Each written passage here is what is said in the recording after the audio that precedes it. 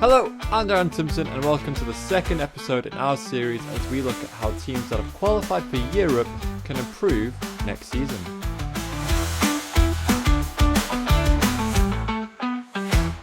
Today we're going to look at Carabao Cup winners and all but confirmed Champions League team for next season, Newcastle United. Currently third in the Premier League, the Magpies need a maximum of 4 points to return to the pinnacle of European football next year. I don't need to tell you, this would obviously be huge for Newcastle, not just because it's showing consistency, but also because they're one of the clubs in the top 8 bound to PSR the closest. There's also been a lot of talk this season about whether Alexander Isak could leave if his club don't make the top 5, and I could be wrong, but I think with his 3 years still left on his contract, any move for him from the likes of Arsenal and Liverpool would probably still be a bit too expensive. However, as it seems they will finish in the Champions League places, Isak may be there for the time being. So, if they keep the Swede, what can they do to get better? And could they make themselves title challengers next year? I think the answer will be almost, but they don't need to do a lot to get there. Looking at their squad, I think they need 3 starting quality players, but they might be able to get away with 2.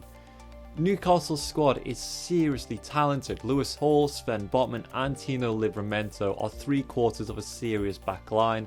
Bruno Guimaraes, Sandro Tonali and Joe Linton are one of the best midfield threes in the league. And Isak plus the rotation between Anthony Gordon and Harvey Barnes plus Jacob Murphy is almost a very, very good front line. But you may have noticed where I'm going with this. Upgrades at centre-back and right wing, and Newcastle could cause some teams domestically and continentally some serious problems next year. However, before I get into that, if you like our channel and want to see more videos like this, then please like and subscribe. We really appreciate it. Thank you. Now, as I mentioned before, a big factor to be considered will be finances. I'm not entirely sure of the situation this summer for Newcastle's PSR, but I would imagine they might have some more flexibility compared to last year. Starting with centre-back, and I think the obvious one there is Mark Gay. The club tried for him last summer, Crystal Palace were holding up for more money, but with 1 year now left on his contract, the Magpies should be able to reopen and complete that one if they wish to do so, and if Chelsea don't move for him either. With a year left on his contract, Gay shouldn't cost as much as Newcastle offered last year, which could free up funds in other areas of the pitch. If not Gay though, then players like maybe Jan Bissek, Coney de Winter, and even maybe Fikayo Tomori could be the way to go. Moving up front, again there's been links to him. He's not a new name, but Brian Mbeumo would be a fantastic addition to complement Isak up front, but he may be a little expensive and could take funds away from other areas. However, at 25, Mbeumo has just had his best season to date, scores a ton of goals, has great link-up play, and just seems tailor-made to play next to Isak. If they wanted a cheaper option though, then I think Johan Bakayoko would be the next obvious choice. 22 years old, has a lot of talent and a lot of potential, is fast and physical, which suits Eddie Howe's football, and has 1 year left on his deal, so could be worth half the price of Mbeumo. He has had a bit of a down year compared to last year and could be a risk, but equally you could be investing in a player that could be sold for huge money in 3 to 4 years.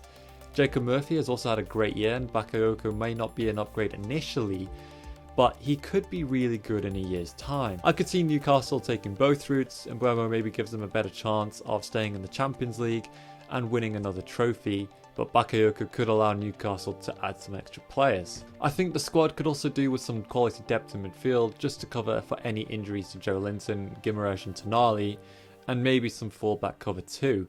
Lastly, depending on funds, Newcastle should look to strengthen in the goalkeeper department. This is the area I think they could kick down the road if they really wanted to, but it's still an area to upgrade nonetheless. 3 real names stand out to me here: James Trafford, Quivin Kelleher and Guillermo Restes. Trafford I think would be expensive with Burnley getting promoted this season.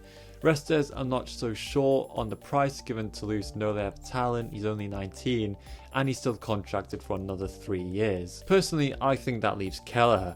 Another player with 1 year left on his deal, wants first team football and could be available for less than 20 million. I don't think he's an elite talent, but being 25, he could be a good bridge for Newcastle to invest in the next big talent to develop behind the scenes. I have seen some Newcastle fans say they're not so keen on Kelleher, but it's hard for a goalkeeper to show what they're capable of when going long stretches without playing.